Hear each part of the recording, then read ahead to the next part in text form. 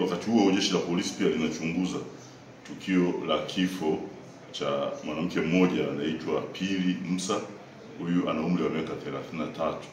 Ni mama wa nyumbani na mkulima mkazi wa Kihonda, Kilimanjaro, manispaa hii ya Morogoro. Hii tukio limetokea Oktoba 2, 2025 asubuhi katika mtaa wa Kihonda, Kilimanjaro, kata ya Kihonda, manispaa ya Morogoro, ambapo mama huyu alikutwa akiwa amekufa ndani ya nyumba ambayo alikuwa anaishi na akiwa amevuja damu nyingi, na katika uchunguzi ikaonekana kwamba alikuwa katika harakati za kutoa mimba.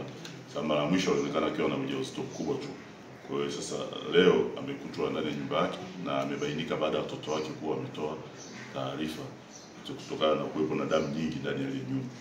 Kwa uchunguzi wa awali katika eneo la tukio kumekutwa boksi la dawa ambayo wataalamu wenyewe wataweza kuiainisha, lakini jumla ikiwa imetumika kama tembe 5 zilikuwa zimetumika, na mwili wa huyo mwanamke ukiwa umelala hapo ndani ya hiyo nyumba na ukiwa umezungukwa na dimbwi kubwa la damu.